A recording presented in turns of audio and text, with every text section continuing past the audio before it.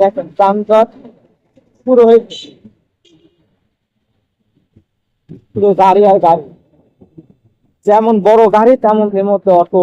হে guys, আমি Ismail Hasan Murad. Welcome to my Facebook page. আর আমার সাথে আছে আমার সেই Arabian horse, Arabian black horse. আর তাকে নিয়ে আমার পথ চলা। এখন আর গন্তব্যস্থলে রওনা হবো।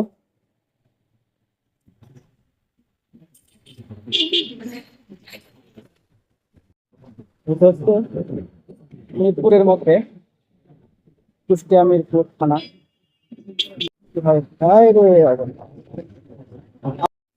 এখানে ছোটখাটো একটা ব্রিজ ছিল, ব্রিজটা বর্তমান ব্রিজটা ভাঙার জন্য একটু যাতায়াত সমস্যা। ছোটখাটো একটা ফারাক্কার বাঁধ পাড়ি দিতে হবে এখন।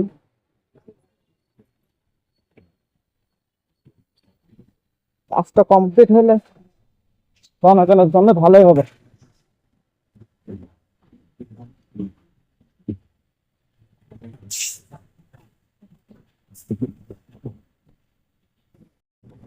আপনি যদি আরো পরিবেশটা বুঝতে পারবেন যে এই রাস্তাটা কি জন্য এতটা বিপজ্জনক। সাধারণত অ্যাক্সিডেন্ট হবে না এসব রাস্তায়, কেন হবে?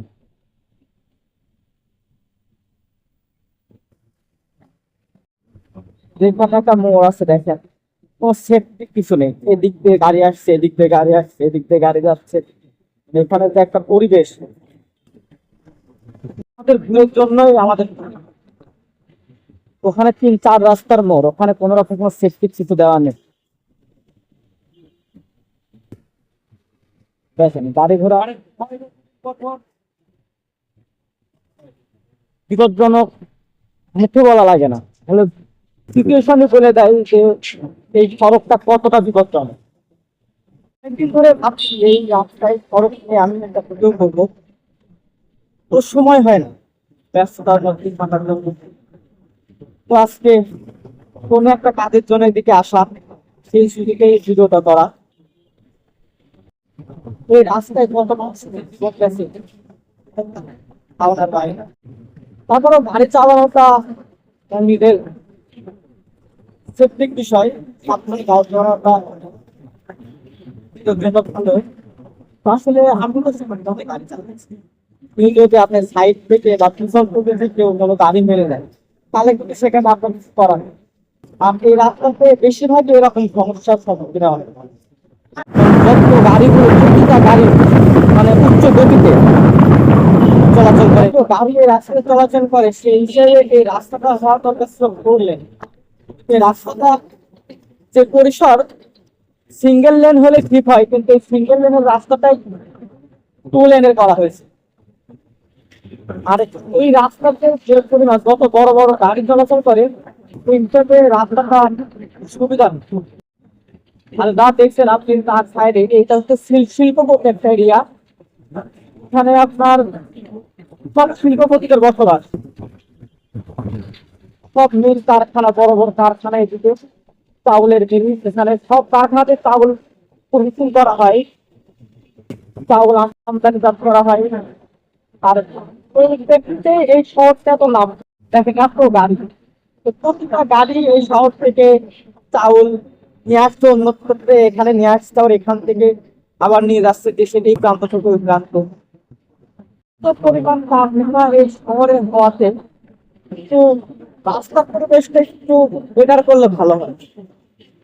আমার সুবিধা না, এই রাস্তাটা যদি আরো পরিসরে বড় হয়, যদি এটা মানে বিপজ্জনক এরিয়া গুলো ওইগুলো থেকে খুব ব্যবস্থা করা নেওয়া হয়, সাধারণ জনগণের সুবিধা হবে, তারা আসা যাওয়া করবে, তাদের জন্য ভালো হবে।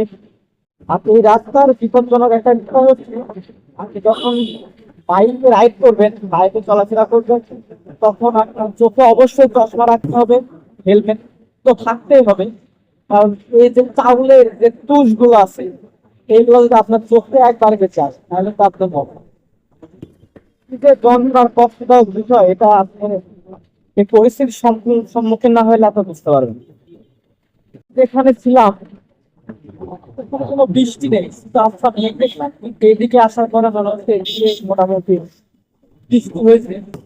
ফ্যান সব এসব,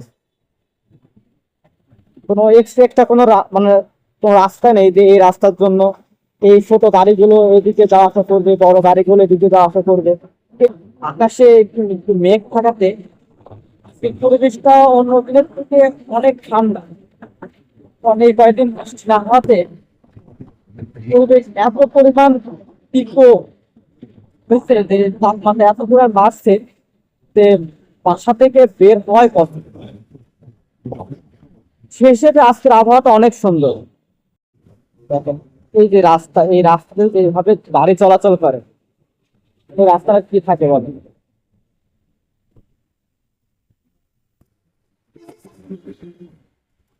আর এইভাবে প্রতিনিয়ত গাড়ি চলাচলের জন্য এত অ্যাক্সিডেন্ট, মানে এত সমস্যা হয়ে আসছে।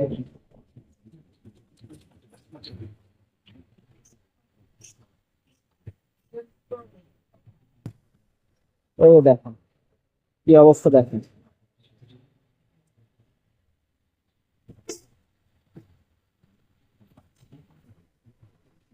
সব বড় বড় গাড়ি। আর একটা গাড়িতে আপনার 15 টন 20 টন করে মাল লোড থাকে, আপনি ওভারটেক করতে পারবেন। মানে আপনি ওভারটেক করতে গেলে দেখবেন সামনে দিয়ে কোনো না কোনো একটা গাড়ি আবার আসছে। তো বিপজ্জনক একটা রাস্তা এটা, বিপজ্জনক সড়ক। হয়তো সামনে হয়তো এই রাস্তারও উন্নতি হবে, শুধুমাত্র এই রাস্তাটার পরিকল্পনা, রাস্তার বাস্তবায়ন করা জরুরি। তো আমি বের হয়ে যাই, এত পরিমাণ গাড়ি এই রাস্তায় চলাফেরা করে যা আসলে আসলে প্রকাশ করতে পারে।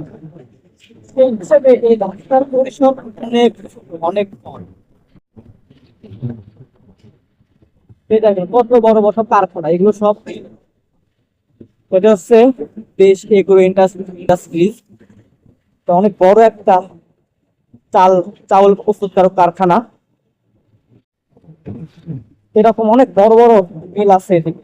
কিছুদিনের মধ্যে আমরা আবার মেন সুপারে চলে যাব। এই রাস্তায় আসলে আপনি কিছু দেখতে পান আর না পান, অসংখ্য গাড়ি পাবেন। আমার পেছনের দিকেও গাড়ি।